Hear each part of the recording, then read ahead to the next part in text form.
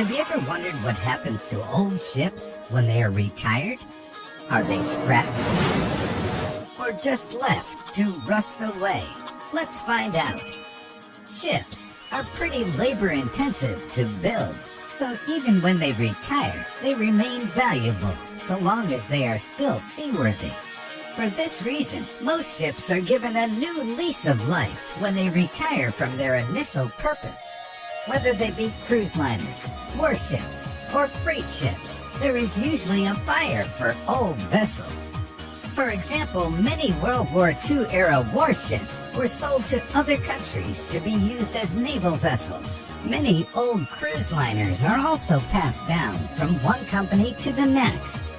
They end up working for low-budget uses or are put to work as overnight car ferries. Sometimes old ships are simply repurposed as something else. For example, some old commercial ships were repurposed as aircraft carriers in the first half of the 20th century. Since they are essentially massive floating resorts, some end up permanently moored as floating hotels, convention centers, or restaurants. One of the most famous examples is the old Cunard RMS Queen Mary. Retired in 1967, she now sits in Long Beach, California, and serves as a tourist attraction, featuring restaurants, a museum, and a hotel. She is also occasionally used as a movie set, such as in the 1972 disaster movie The Poseidon Adventure. Some other ships are turned into floating museums. Warships are the prime candidate for this new lease of life, with famous examples like the USS Yorktown, the HMS Belfast, and Isambard Kingdom Brunel's SS Great Britain, all serving as museums. Sometimes retired ships are simply sunk.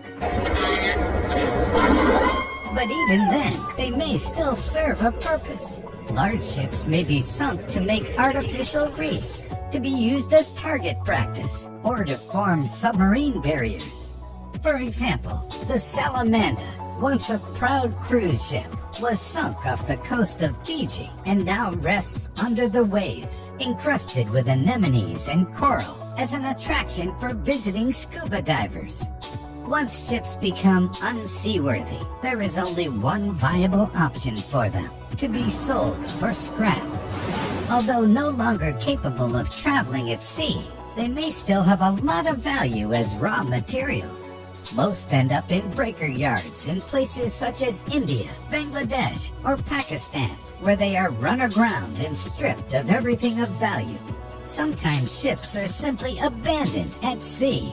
This is especially true for some ships that meet with serious accidents, like running aground. With no way to recover or tow them safely, the ship may simply be abandoned and left to its fate. One notable example is the cruise liner MS World Discoverer. She struck an uncharted rock off the Solomon Islands in 2000, and the captain was able to bring the ship into Roderick Bay, where it was run aground to avoid sinking. The ship was declared a total loss and has remained in Roderick Bay ever since. You can still find her rusting carcass there to this very day. Perhaps the saddest end for a ship is simply to be left to rust and fall apart, and many famous ships have met this fate around the world. One prime example is the famous cruise liner the SS United States. She broke the transatlantic speed record in 1952 and was later retired in 1969. During the 1970s, 1980s, and 1990s, various new owners failed to make her profitable and chose to sell off what they could before leaving her to fade away in a ship graveyard. What is left of her now sits in the Delaware River in Philadelphia. Other ship graveyards exist around the world, including Olenia Bay in Russia and Nuadhibu Bay in Mauritania. Old warships, cargo vessels, tugboats, and other ships are simply left to decay in these places. A sad end to some of the greatest feats of engineering.